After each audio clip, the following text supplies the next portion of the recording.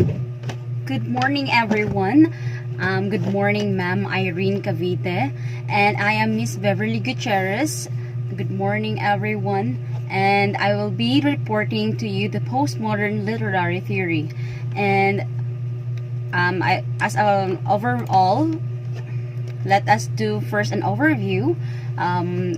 I will be discussing three approaches of postmodernism: historically, and stylistic and theoretical approach. And here, for the difference between modernism and postmodernism, I will be emphasizing it.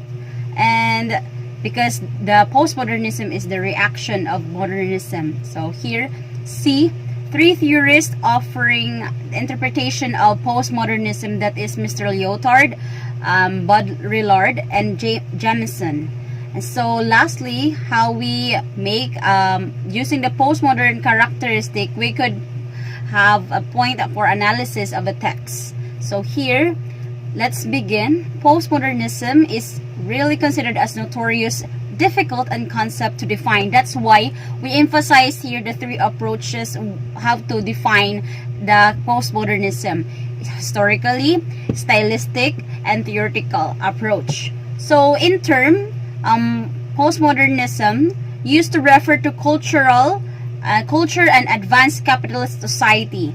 It involves here the undergoing profound shift in culture, because the cliche must like this, the show must go on like that. So people, regardless of the chaos here, after the effect of the World War II, people really move forward. There is also a movement of theorists also.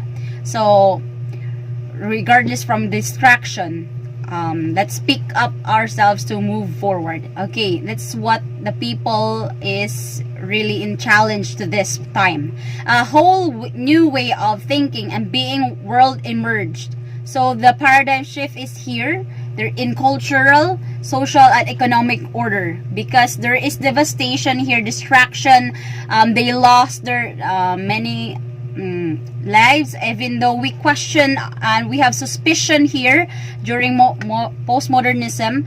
And there is also a trust issue here arising. So here, historical approach, let's begin. The postmodernism is the reaction to modernism. So it's important for us to emphasize what is modernism first. So what is modernism? There is experimentation here, representation of reality. So based on reality, the modernism is here.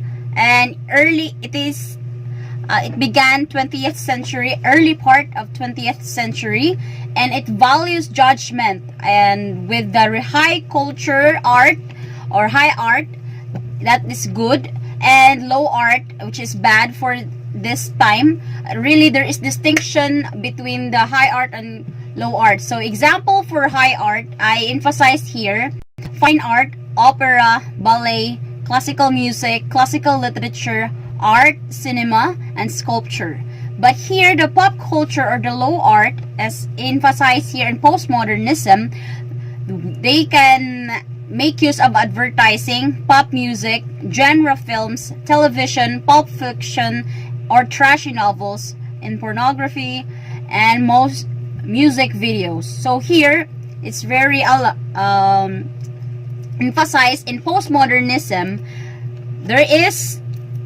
They can mix the art, the high art and the low art. Okay, so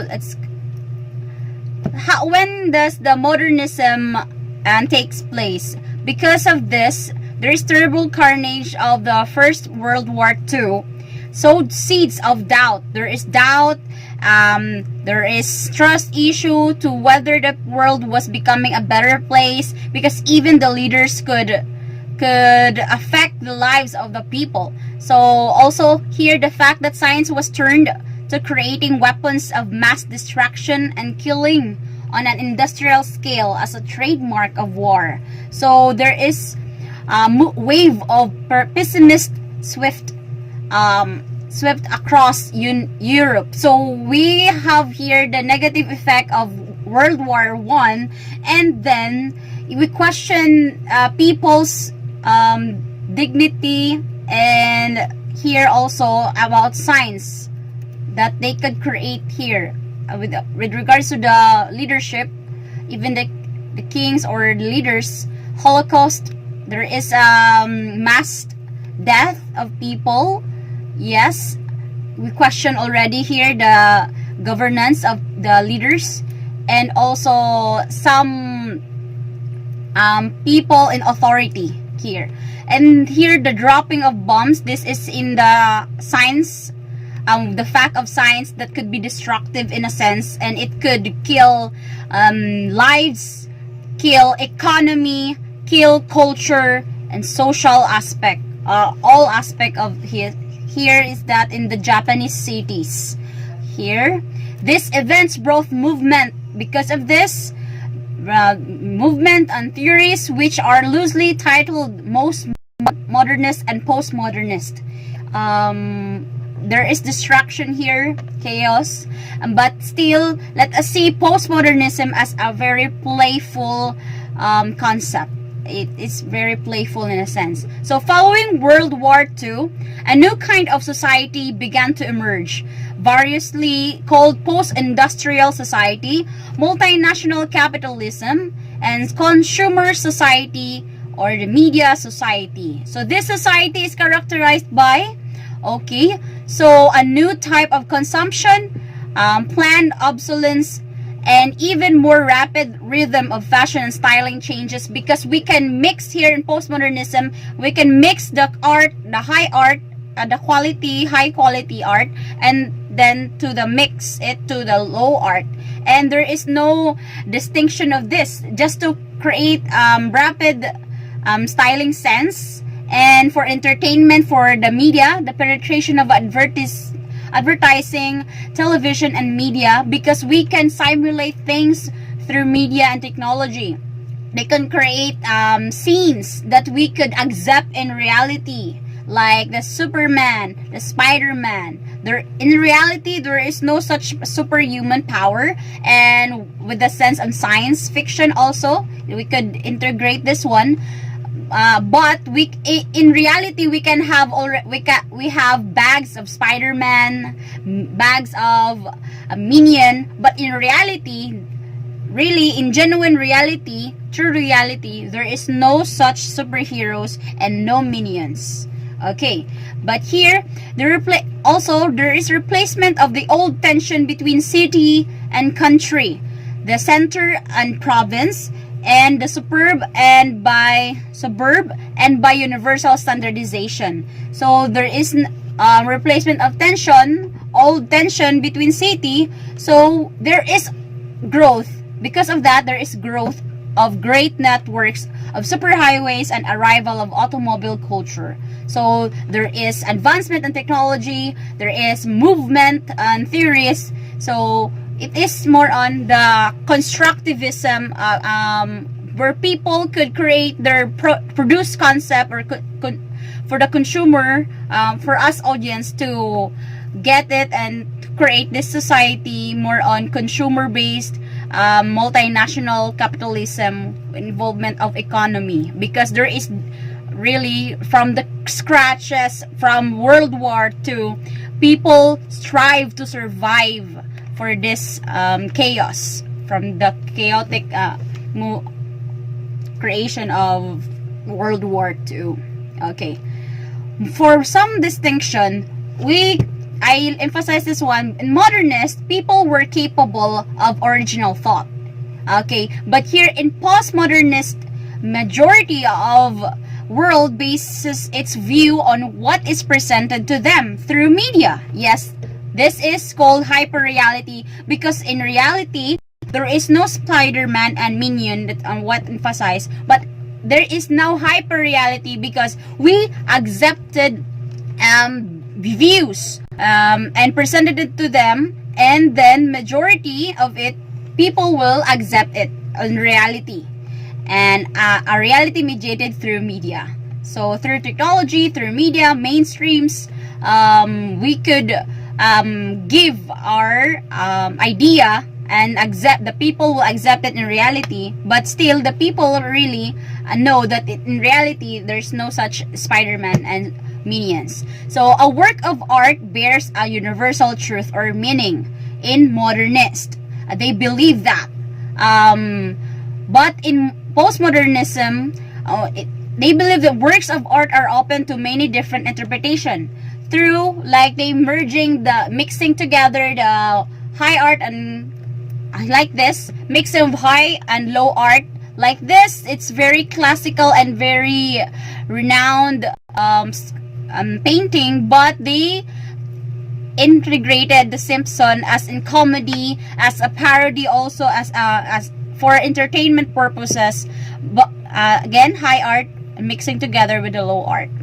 And there is already the automobile culture, and here cartoon characters, the simple dialogues here, and for entertainment. Okay, but in reality, people, there is a woman, and also there is also distinction of the high quality to low quality art.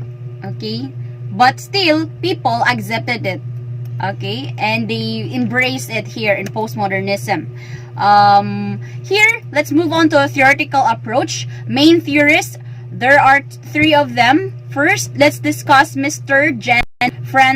Francis Lyotard, 1924 to 1998.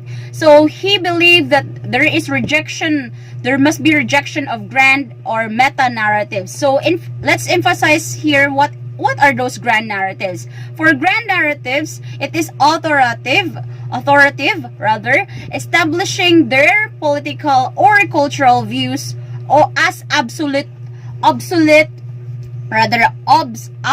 truth. Okay, so beyond any means of criticism. So really, they would like to reject the grand meta narratives. Okay, and because these large-scale theories of philosophers of the world, such as the progress of history, the knowability of everything by science, and the possibility of absolute freedom, because therefore all grand narratives should be viewed with suspicion, because there is chaos also here in postmodernism. From chaos, we tend to from all the scratches, it is picked by hand. We are going to believe also that we could get those from experience of the author, and the truth therefore needs to be deconstructed so that we can challenge dominant ideas that people claim as truth. So basing from it, like here, we could inculcate also here, there is everything by science, no ability. That is in postmodernism, we should reject the grand or meta narratives. That is where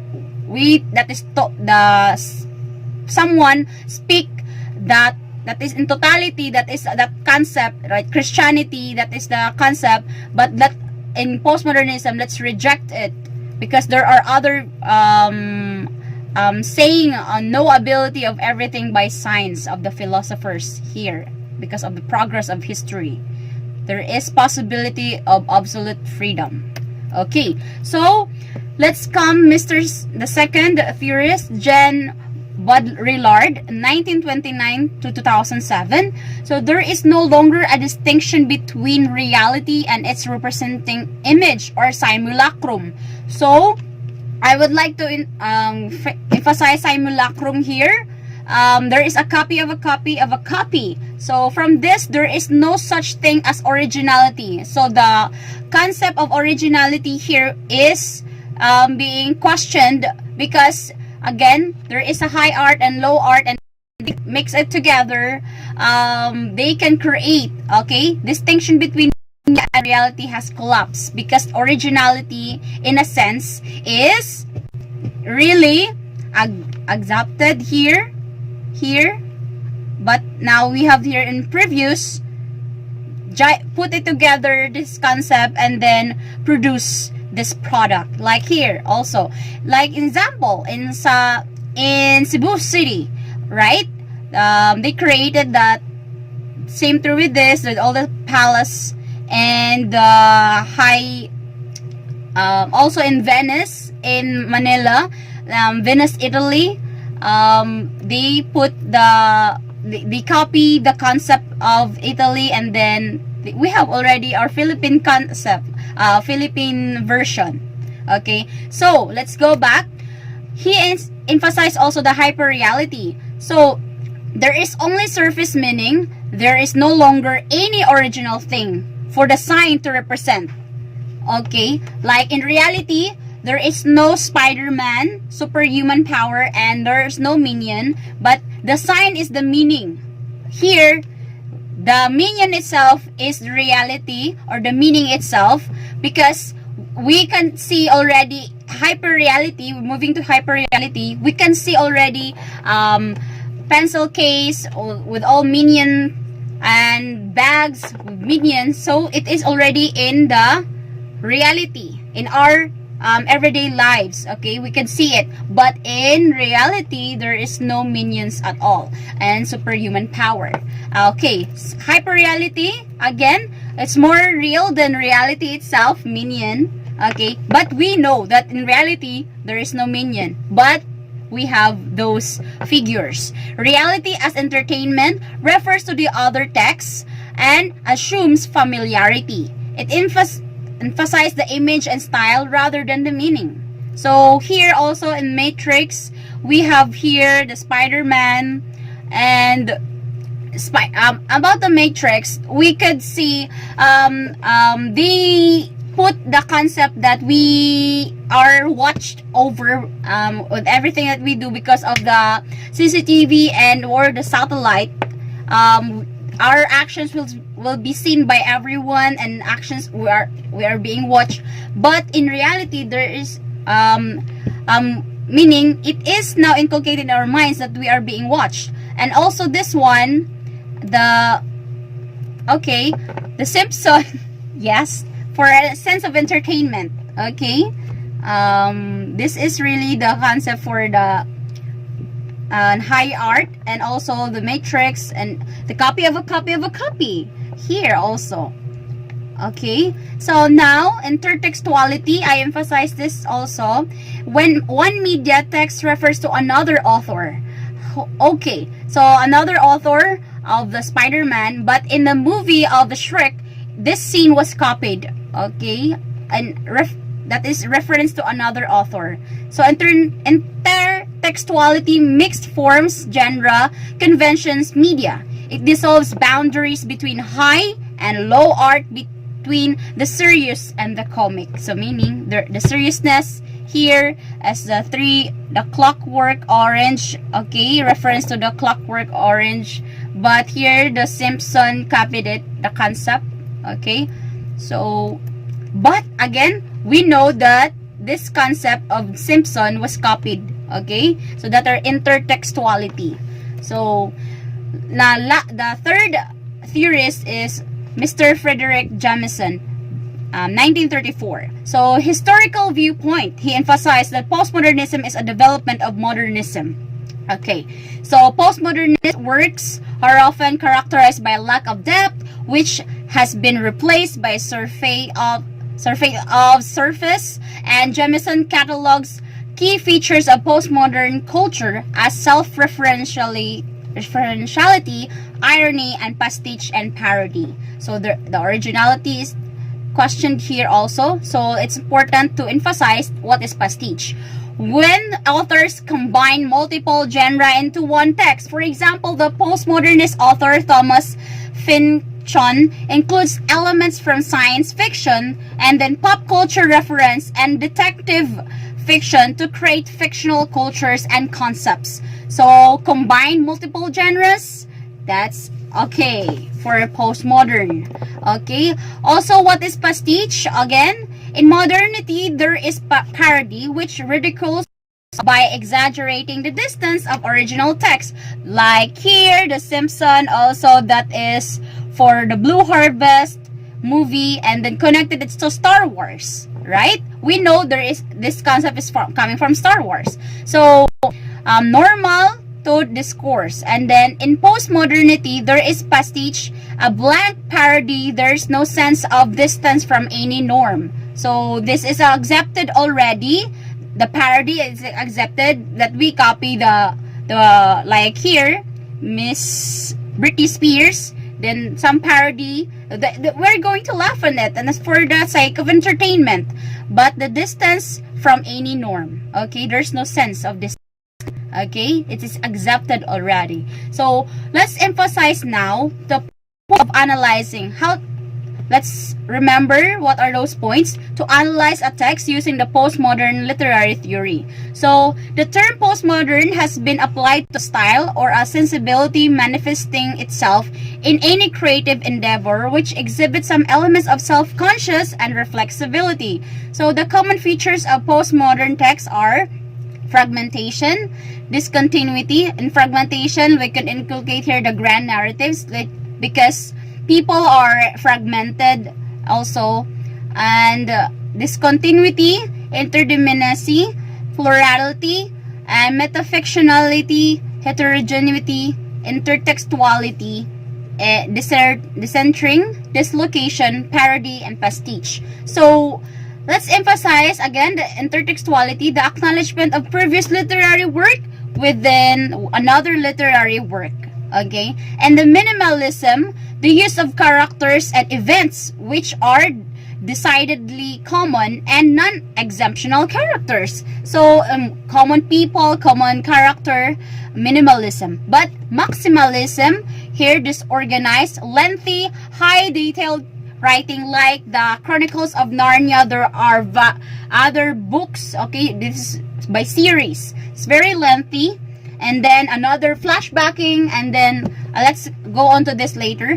Magical realism, the introduction of impossible, of unrealistic events into a narrative that is otherwise realistic. So magical realism, like the Spider-Man. Okay, of course, the faction, the mixing of actual historical event with fictional events without clearly defining what is factual and what is fictional. So that is really, they mix it together with all the historical events. That's very comprehensible. So the reader involvement, often thought direct address to the reader, and the open acknowledgement to the fictional nature of events being described. So we, as readers, we know already that it's fictional.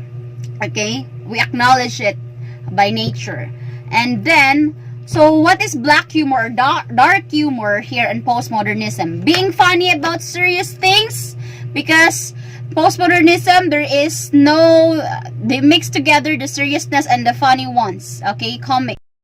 Telling jokes about things that people would normally think are important. For example, when Jewish mob boss George Apple was electrocuted, his last words were, "Well, gentlemen, you are about to see a baked apple." Apple. So he made use of his name as a laugh, for laugh.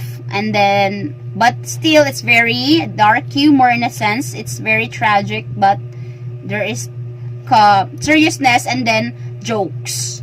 Here, temporal distortion, because there is the use of nonlinear timelines, narrative techniques in a story. So here, the narration, often first-person narrator, and then like modernism, but in postmodernism, can make a text more fragmented by switching narration from first person to the third person and then to the second person. Okay, so like in narrative, the structure or organization can be all confused, like the parallel storyline, the flashback, that's what I emphasize, to different moments in time, then start at a climax of the story and work backward or forward. So really, my topic is very lengthy, but I really put it together in shortcut and but concise. Okay, but we have here also metafiction, self-reflection. So when the writing itself is aware that it is in writing, makes the reader aware that this is fiction. So again, we accepted already often determines the authority of the author. So, for example, Italo Calvino's novel, If on a Winter's Night a Traveler, is about a reader attempting to read a novel of the same name. Really? And in Kurt Vonnegut's novel, Slaughterhouse-Five, the first chapter is about the writing process of a novel. So, we know, the reader is aware that this is fiction, okay? So, the writing is a writing, that is a writing, okay? So, for the greatest liberating feature of postmodern writing, this is the greatest liberating feature.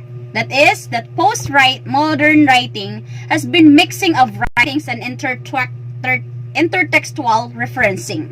So the borders between genre have become more fluid because they can mix it together. The other genre put it together, and then artists and writers no longer quote texts. They incorporated them to the point where the line between high art and commercial forms seems increasingly difficult to do.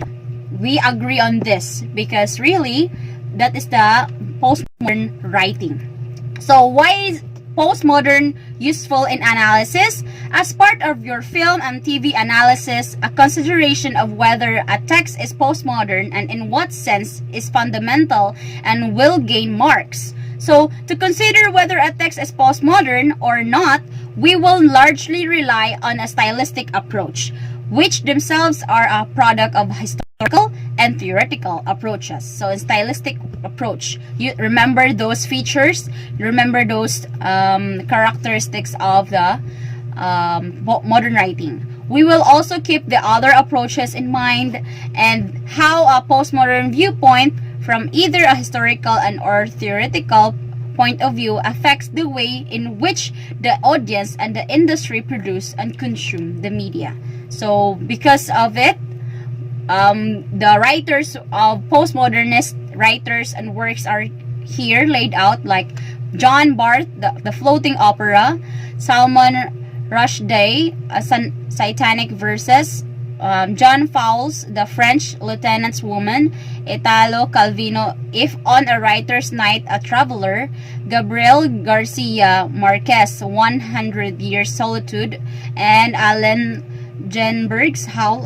Okay, for the postmodernist cinematographic works like The Matrix, The Truman Show, this is really heartbreaking, but at the same time it's reality, hyper reality.